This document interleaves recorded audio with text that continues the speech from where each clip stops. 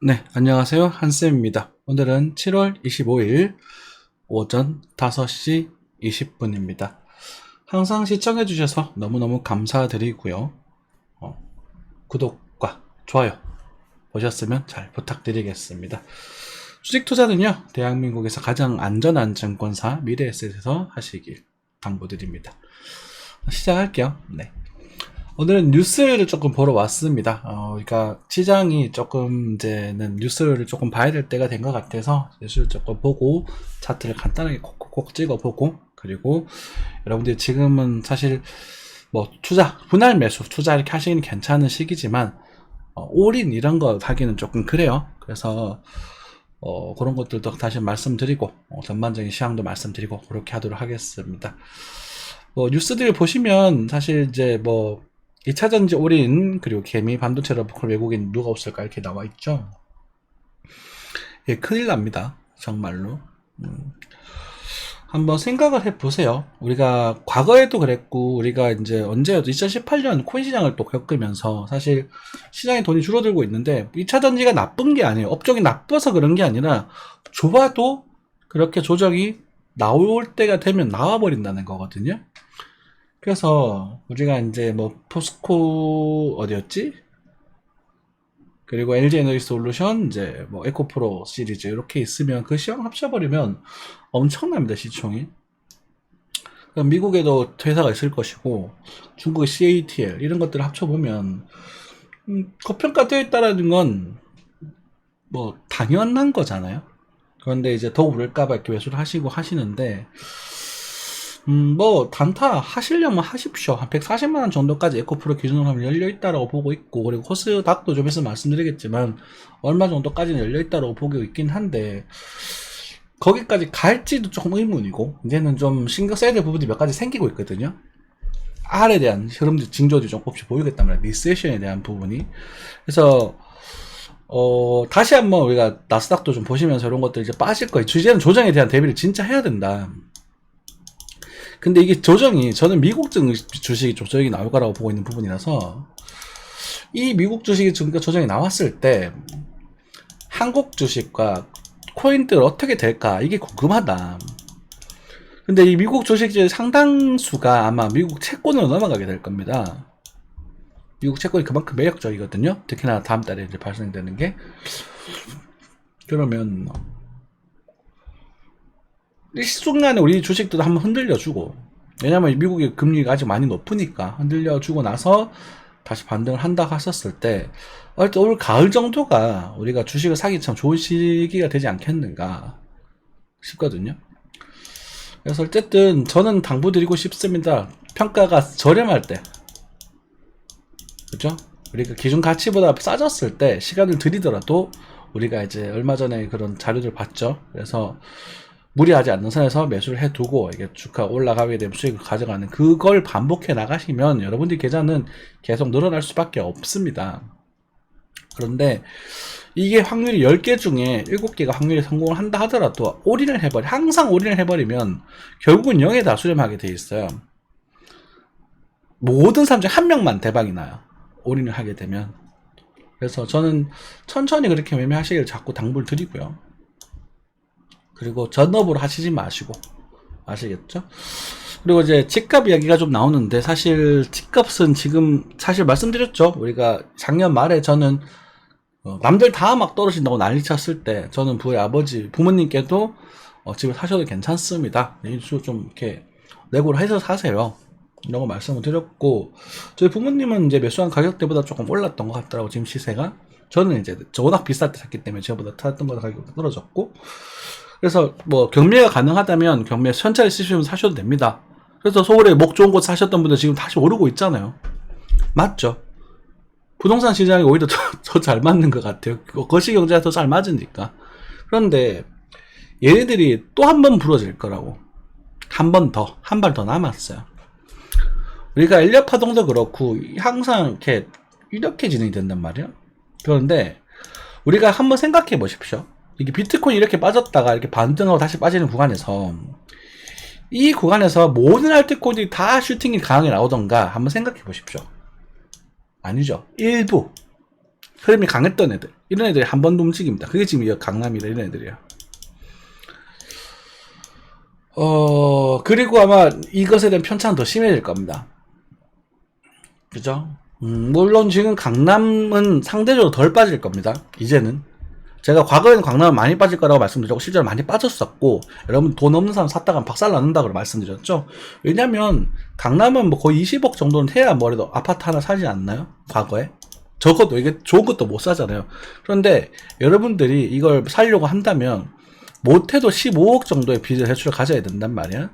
그런데 얘가 조금만 한 20%만 빠지게 돼버려도 15억이 돼버린다고. 여러분 자산은 5억 다 날아가 버리는 거예요. 이해되시죠? 그래서 제가 이거 강남을 많이 말렸던 거고요. 좀 싼 데 가라.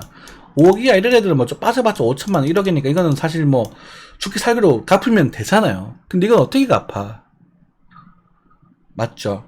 그래서 지금 이제 현찰이 있는 분들이 많이 들어가 있는 상태고, 그러다 보니까 그냥 뭐 앞으로는 강남은 조금 덜 빠지게 될 것이고, 그리고 아주 싼 지역들, 그러니까 3억대 이하의 아파트들은 아마 많이 안 떨어질 겁니다. 왜냐면 만만한 게 얘네들이거든. 여러분들 3억대 이하, 지방에 사시는 분들 3억대 이하 만만하죠. 싸다는 느낌 들죠 지금. 아닌가요? 30평대 아파트 10년 정도 채 안 됐는데 2억 5천? 2억 7천? 뭐 이렇게 싸? 하자 있는 거 아니야? 이런 생각 들지 않나요? 그죠? 아파트는 괜찮다 이거지. 근데 뭐 얘들은 오르지도 못해. 이해되셨죠? 오르지도 못합니다. 아무튼 그렇게 되는 부분이고, 그래서 이 대출 부분 있지 않습니까? 이 대출 부분을 좀 풀어버렸는데 너무 급격하게 풀지 않았나라는 생각이 좀 듭니다. 그리고 지금 막 젊은 분들이 또 대출을 마구잡이로 받고 있거든요. 30, 40대 분들이. 큰일 날 것 같아요. 대출을 갚을 수가 없을 텐데. 그죠? 집값이 오를 거라는 기대 하지 마십시오. 앞으로의 집값은요, 이렇게 올랐다가 쿵 이렇게 되겠죠. 그래서 이 바닥이 예를 들어서 2015년 정도 이 정도 된다면 여기까지 빠지지 않을 겁니다. 그래서 여기서 아마 이렇게 올 겁니다. 이렇게 이런 식으로. 이게 아마 2035년 정도까지. 전 여기 정점으로 보거든요. 35년까지 오르고 그 뒤로는 집값은 우하향할 겁니다. 한번 보십시오. 엄청 특출난 몇몇 곳, 강남이 될지 어딜지는 모르겠어요. 저는 세종이 조금 유력하지 않나 싶기도 하고, 어쨌든 뭐 되게 엄청 좋은 몇몇 곳에는 그 가격이 이렇게 오르겠죠. 계속. 대부분 다 이렇게 될 거고, 아마 땅값이 지방에는 그냥 아파트 가격이 이제 2040, 50년 돼버리면 2040, 50년 돼도 아마 아까 전에 3억대 아파트도 있죠. 그런 아파트들이 자산 가치가 거의 0에 가까워질 거예요.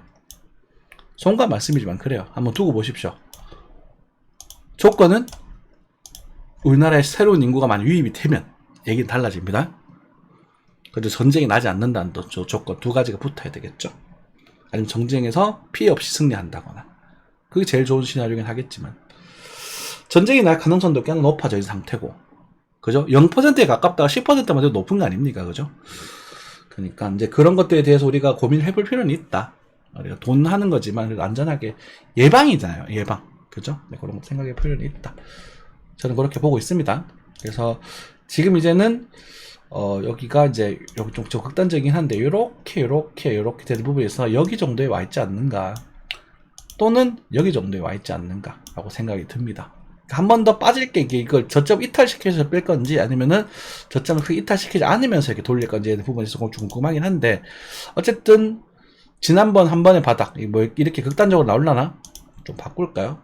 여기 조금 써서 바꿀게요.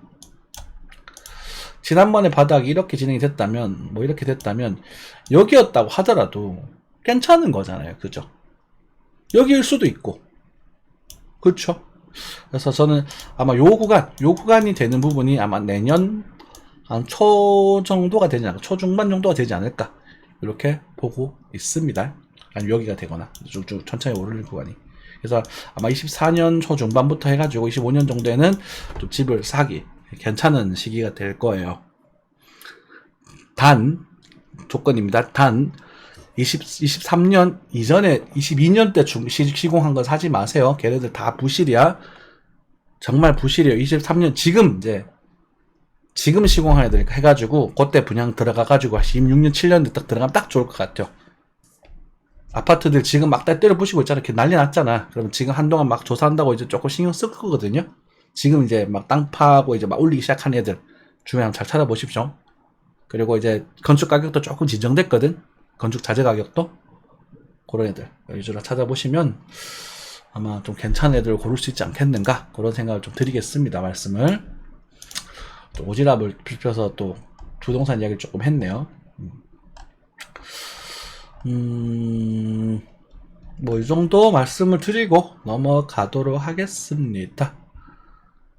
50년 만기 주담대. 와, 이건 아니에요. 이거는 진짜로. 이게 50년 만기, 어휴. 참, 미치겠다. 이거 어떡할 거야.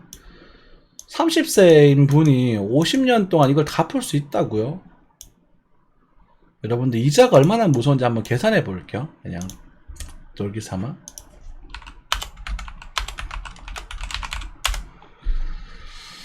자, 이자 계산기가 여기 있을 건데 여기 있네. 대출 이자 계산기. 자, 원리금 균등 상환을 하고요. 대출 금액을 뭐 한 4억 정도 빌렸다고 볼까요? 4억 정도 빌려서 이자율을 요즘 좀 비싸니까 3.2 4%만 해볼까요? 4%만. 그죠? 4% 정도만 해봅시다. 그리고 상환 기간을 50년으로 해가지고요. 계산을 하게 되면 첫 배 보시면은 몇 년 동안, 거의 몇 년입니까 이게? 회차인가요? 10년 동안인가요 이게? 와, 50년 동안 154만원을 갚아야 되는데 초기에는 이자만 130만원이에요 20년이 지나도 이자만 100만원이 넘는다고요. 그죠? 30년이 지나야 비로소 85만원 이자를 내고 있어요. 그러면 이자 총액이 5억이에요. 그러니까 원금이 4억 빌렸는데 4%로 이자를 쳐도 이자를 5억 넘게 갚아야 돼요. 이게 말입니까 이게? 그죠? 참 정말 만약에 정말로 이걸 해야 된다 하신다면 웬만하면 원금 균등으로 하십시오. 원금 균등으로. 악을 쓰고 원금을 똑같이 넣어 이자가 이만큼 나가잖아요. 그죠? 원래가 빨리 줄어들어요. 그래서 원금이 그래도 이자가 많이 줄죠. 2억 몇천 줄죠. 왜냐하면 지금은 젊으니까 힘이 있으니까 어떻게든 이걸 갚을 수 있는데, 그죠? 10년만 갚아도 월 내는 납입금이 줄어들죠. 만만해지죠. 이제 아까보다 비슷해지죠. 이해되셨어? 이거 참 이거 이렇게 하시면 안 되거든요. 여러분들 대출 우습게 생각하시면 안 됩니다.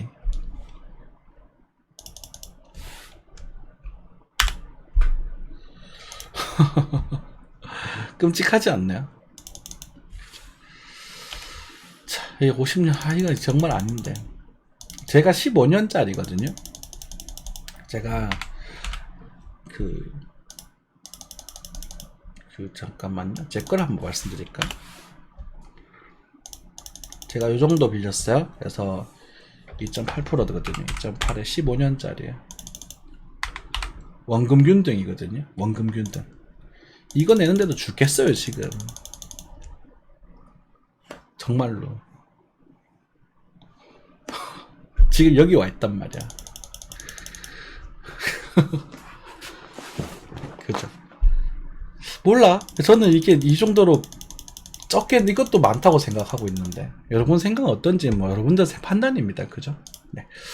넘어가겠습니다. 여러분 하여튼 잘 새겨 드려 주셔서 나중에 진짜 큰 사고 안 나셨으면 좋겠고 환율부터 빠르게 체크하고 넘어갈게요. 환율 네 왔다 갔다 하고 있는 부분입니다. 이번 주에 FOMC가 있어요. 그래서 미국에서 금리를 인상을 할 거라고 보고 있고 그것에 대한 부분이 선반이 어느 정도 되었다. 그거 저는 생각을 하고 있습니다.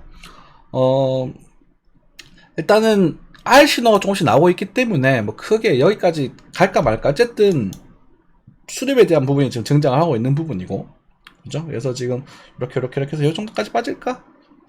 그래서 하방으로는 1240원 정도, 상방으로는 1360원 정도까지 열려있게 되는 부분인데, 요거는 지금 방향을 쉽게 예상하기 되게 힘듭니다. 그래서 환율은 지금은 매매하지 마십시오. 이때는 제가 환율은 한쌤이 최고다라고 말씀드리고 여러분들 막 장난칠 정도로 이렇게 막 했었지만, 지금은 환율 잡아내기가 되게 힘듭니다. 단 하나 말씀드릴 거는 궁극적으로는 여기를 보게 될 겁니다. 궁극적으로 1100원대를 보게 될 겁니다. 네, 그것만 말씀드릴게요. 중간에 어떻게 흔들릴지 몰라요. 그리고 엔화는 9원대 다시 왔다 갔다 하고 있네요. 그쵸? 이것도 빠져주면 또 한 번 더 빠져주면 땡큐. 그래서 만약에 8자리를 보게 되면 땡큐 베리 마치 하시면 됩니다. 8.8 정도까지 열려 있습니다. 그래서 참고하시고, 아마 미국에서 내년 봄쯤인가요? 내년 봄쯤에서 올 연말, 올 늦어는 내년 봄. 이게 계속 말씀드렸던 부분이죠. 금리 인하를 시작을 할 겁니다. 금리 인하 시작할 때 되면 이제 엔화를 이제 사 모으시면 될 거예요. 그때 뭐 사실 좀 제가 좀 저평가되어 있으니까 이거 한 방에 다 사기 힘드니까, 그죠? 천천히 모아 가시면, 그리고 재산은 분배해야 되는 거 알고 계시죠? 네. 그렇게 해서 하시면 되겠고요. 오일 가스, 네, 오일 80달러 정도까지 오를 거다 말씀을 드렸고, 지금 오르고 있네요. 네, 기름값 오르면 또 물가가 또 자극받아서 또 금리를 더 올려버릴 수 있겠죠. 그게 지금 장기 변수긴 한데, 아마 더 올리기는 미국도 이제 힘들 것이다 라고 저는 생각이 좀 들고, 뭐 가스는 꿀렁꿀렁 하고 있는 그런 상태입니다. 네.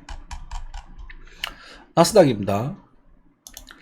나스닥은요, 조정이 좀 크게 나왔습니다. 나왔고, 지금 또 추세선의 하단에서 또 지지를 받는 모습을 보여주고 있습니다. 그 지금의 추세선이 참 신기해요, 그죠? 그래서 추세선인 지지를 웬만큼 받습니다. 실제로 빠졌다가 아마 지지를 받는 모습을 보여줄 것이다 라고 말씀을 드렸고, 여기 이제 좀 살짝 받아서 요 정도? 또 15,600에서 600 정도까지는 반등이 나왔다가 이제 이탈되었을 때가 문제가 되는 부분이에요. 얘가 들어줄 것인가 아니면은 이탈될 것인가라는 부분은 지금 알 수는 없습니다만, 보조지표상으로 봤었을 때, 여러분들, 그러니까 이거는 제가 그게 아니라 보조지표상으로 봤었을 때 얘가 침체로 빠졌던 구간이 거의 없었어요. 그죠? 여기거든요. 여기랑 여기가 되는데, 이 빨간색이 침체로 빠지진 않았었거든요. 근데 이번에 빨간색이 침체로 빠졌어요. 이번에 하락은 예사롭지 않다고 보시면 됩니다. 그죠? 이게 만약에 들어줬다고 한들, 이게 만약에 이렇게 들어준다고 한들, 그죠? 이렇게 들어준다고 한들, 이 우리는 아마 여기서 하락 다이버전스가 나와서 빠질 가능성이 높아질 겁니다, 아마. 그래서 14,800 정도까지 조정이 나오고, 14,800에서 14,400 정도까지 조정은 우리가 다음 패턴에서 우리가 좀 생각해 볼 필요가 있는 겁니다. 그게 지금 8월 달에 예상치예요. 그럼 나스닥 같은 경우는, 이번에 FOMC 정도 해서가지고 15,600달, 요 차트 기준입니다. 그러면 여러분들, 실제로 선물은 요거보다 약간 높은 가격대일 수 있어요. 참고하십시오. 여러분들 그거 나스닥 실제 그 선물해서 매매하는 것보다 약간 높은 가격대일 수 있는데, 곧 여러분들 편차를 조금 생각하셔서 해주셨으면 좋겠습니다. 요 타치를 기준으로 20평 정도 보면 되겠죠. 20에서 40평 정도까지 반등할 여지가 있다. 근데 여기서 아마 8월달 7월 하순부터 조정이 나올 것 같은 생각, 나올 거라고 좀 보고 있습니다. 여기 정도까지는. 그래서 적게 빠지면 15,000 또 지지받고 이렇게 한번 빠질 거나, 이렇게 14,800, 15,000 지지, 14,800 정도, 이렇게 아니면은 15,000 지지, 그 다음에 14,400 정도까지 많이 빠지면, 이렇게 지금까지 사이클을 좀 세고 있고, 다음 달은 아마 조정세가 좀 나올 가능성이 크지 않는가. 그죠? 선생님 말씀드렸던 이번에 나스닥 리밸런싱을 기준으로 해서 요 추세가 깨어지고, 그 다음에 FOMC 기준으로 해서 하락 추세 이탈 날 가능성, 지지를 받고 들어 올릴 것이냐, 이거는 그때 가서 보자 말씀드렸었죠, 그죠? 그래서 그 패턴을 생각하시면 될 것 같고, 제가 이과에서 숏 이야기 좀 강의 드렸었습니다, 그죠?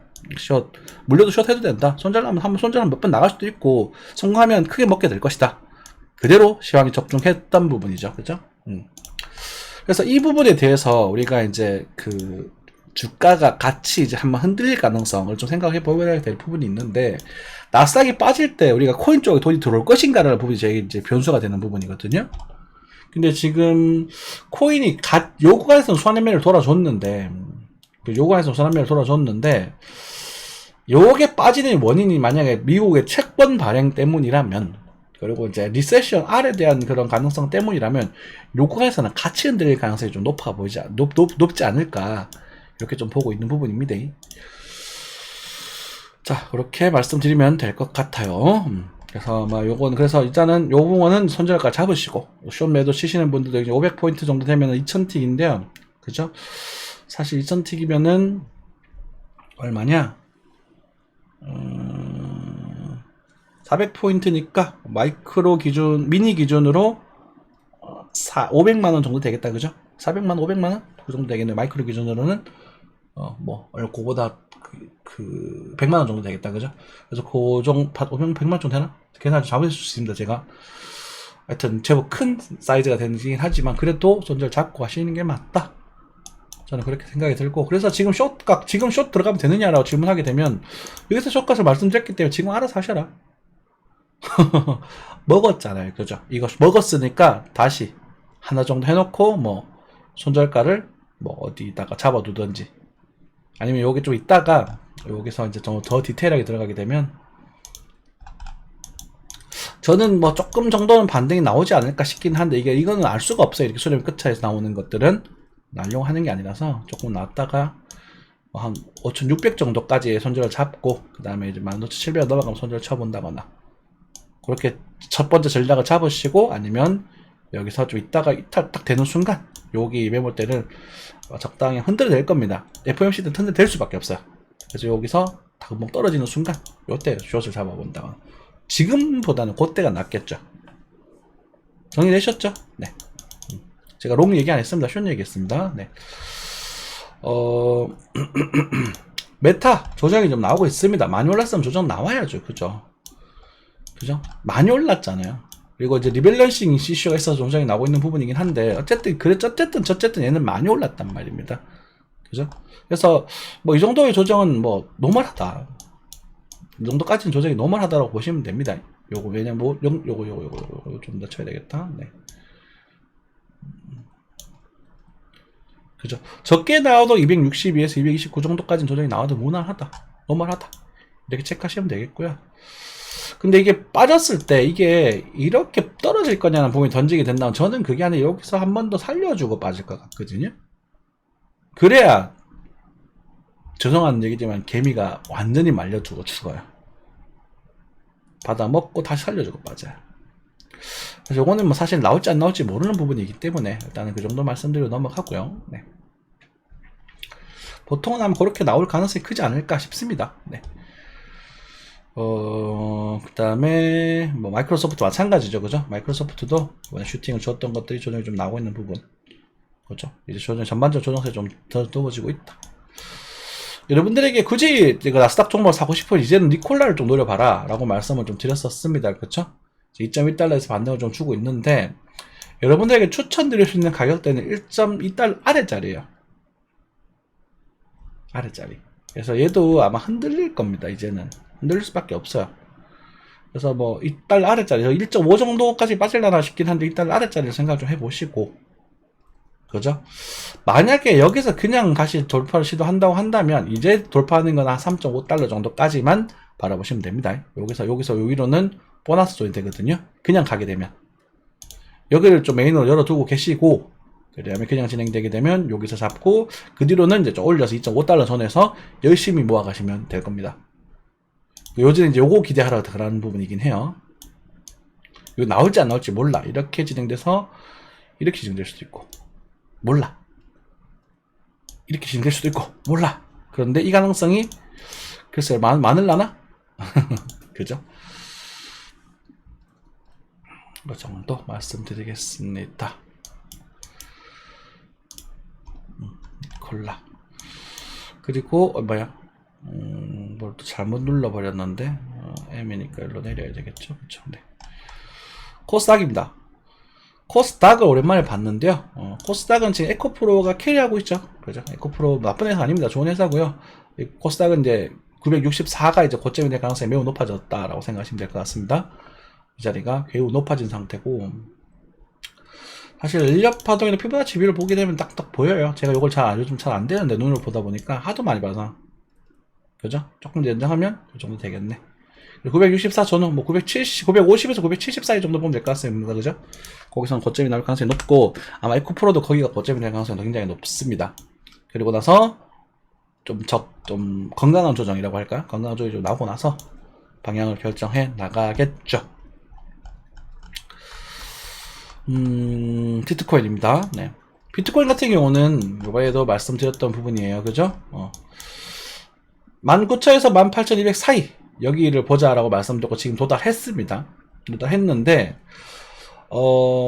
여기서 지금 이 코인들 반응이 좀 안 좋아요. 지금 아직은. 그래서 단기적인 상황입니다. 아직은 반응이 안 좋아서 완전히 돌릴 때까지 기다리셨다가 29,600까지 돌리는 걸 기다리든지 아니면은 지금 여기를 기다리든지 둘 중에 하나 하셔야 됩니다.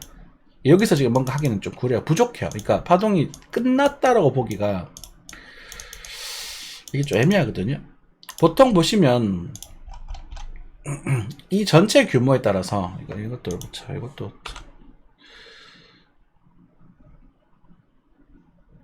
잠시만요. 네.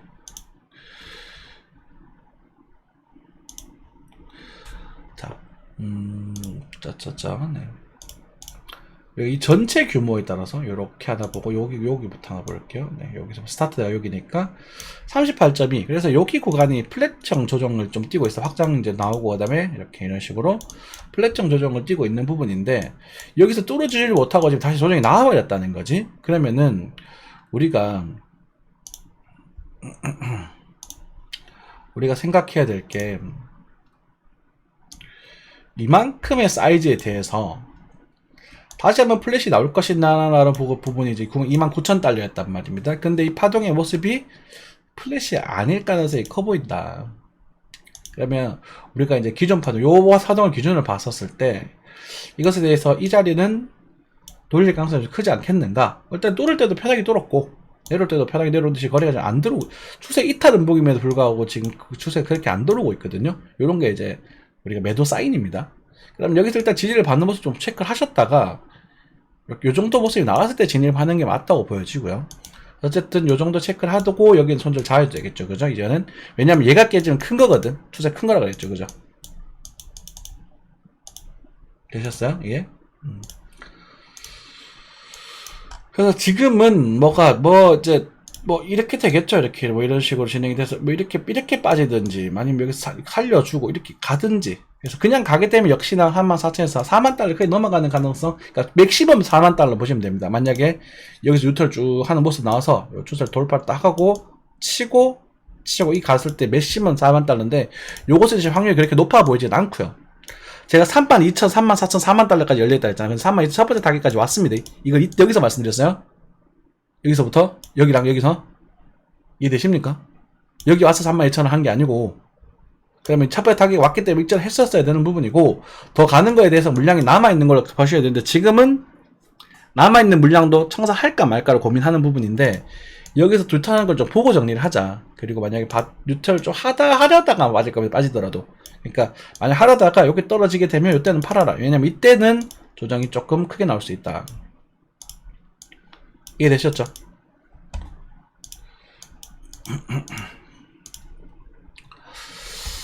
자, 그런 관점에서 우리가 알트코인을 보게 되면 알트코인들이 잘 가다가 지금 빠졌습니다. 제가 알트코인을 이때 사는 거다라고 말씀드렸었는데 네, 차라리 이때 사는 거다. 그 부분에 대해서는 이견은 없습니다. 그리고 상당히 많이 올랐거든요.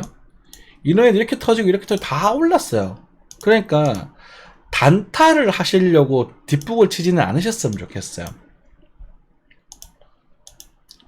그리고 올인하셔가지고 대박 노리지도 않으셨으면 좋겠어요. 그거는 확률의 법칙상 올인은 무조건 망하게 되어 있습니다. 확률이 99.99%예요. 그게 올인 망하는 확률은. 자, 지금도 나쁘냐라고 질문하게 되면 그렇게 나쁘다고 생각하지 않습니다. 특히나 룸맨 같은 애들 괜찮거든요. 근데 지금 살 거냐는 질문 던지면 일단은 지금은 여기 지금 여기서 이게 밀어버렸잖아요. 그죠? 좀 조심스럽다.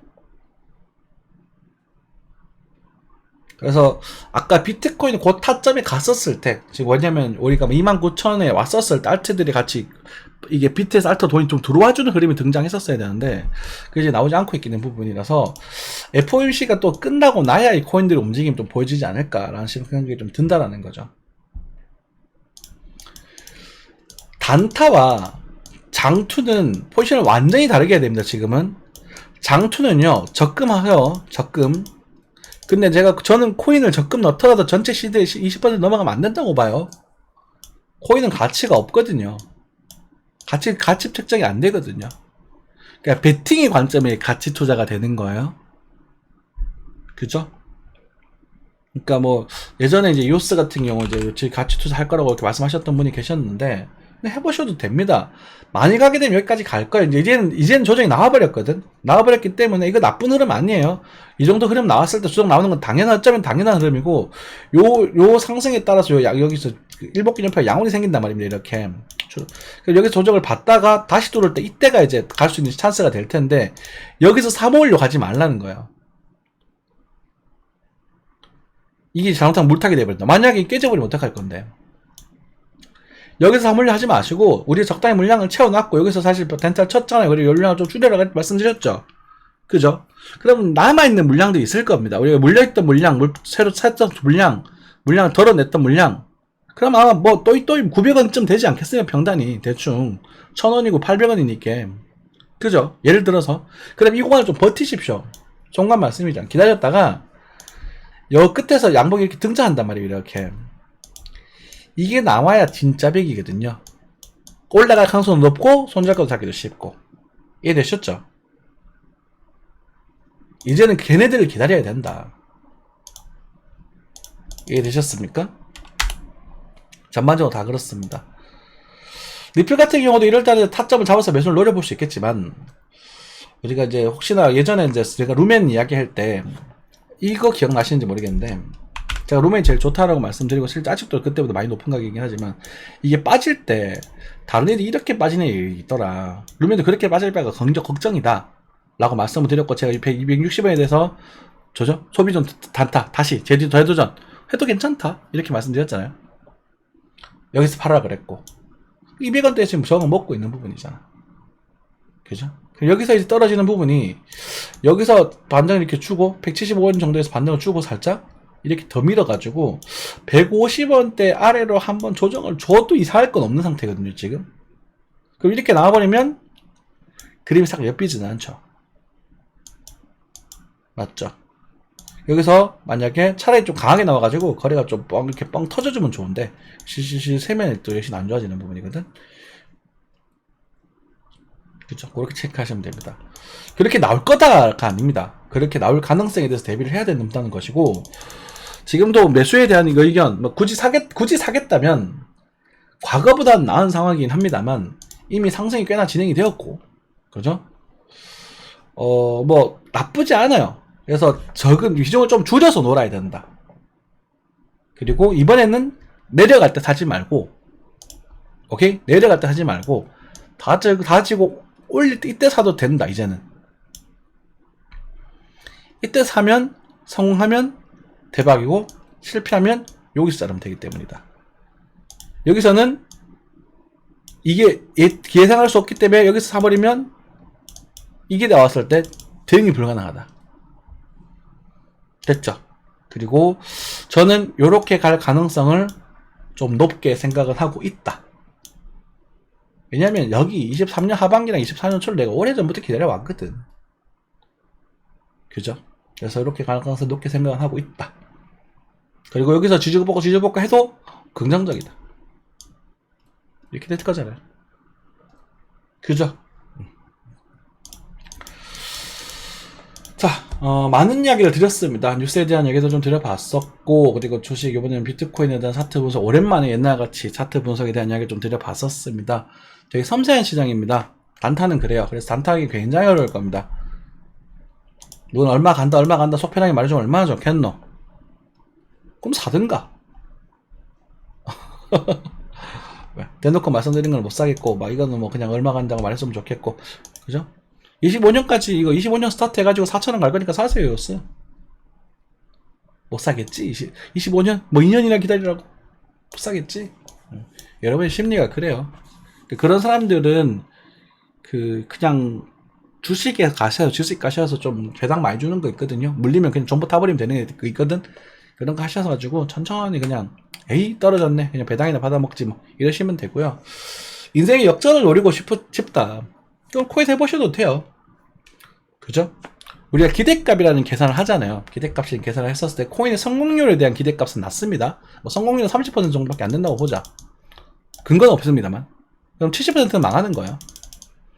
그런데 성공했을 때 10배를 간다고 봅시다. 그리고 실패했을 때는 그냥 0이 되는 거예요. 그럼 이 게임 할만하잖아요. 그죠? 그런데 이 게임을 독립식으로 많이 돌렸을 때 PD 비중을 여러 번 해버리면, 그러니까 올인을 해버리면 무조건 0이 가요. 그러니까 이 10배를 노리는 걸 전 예산으로 노리는 게 아니라 10분의 1의 시드로 노리는 거예요. 10분의 1의 시드로 10개를 노리는 거예요. 이렇게 쭉 나눠서. 그럼 그 중에서 몇 개가 10배가 나와버리면, 2개만 10배 나와버리면, 여러분 10개가 나와버리면 여러분 자산의 2배가 되는 거 아닙니까? 이해되시죠? 그렇게 하셔야 돼요. 베팅은요. 안 그런가? 한번 잘 생각해 보십시오. 여러분들이, 모르겠다. 여러분들이 자녀분들에게 수학 공부 열심히 하라고 말씀드리잖아요. 말씀 많이 하시죠? 수학 중요하다. 뭐, 이게 시중에 그런 말씀 많이 듣잖아요. 이런 때 사용하라고 수학 공부를 하는 거예요. 그 내용들이 궁금하시면 제가 나중에 조금은 이제 쉽게 한번 설명을 해 드릴 수 있도록 한번 하겠습니다. 단톡방에 말씀해 주세요. 네, 이상 마무리하겠습니다. 감사합니다.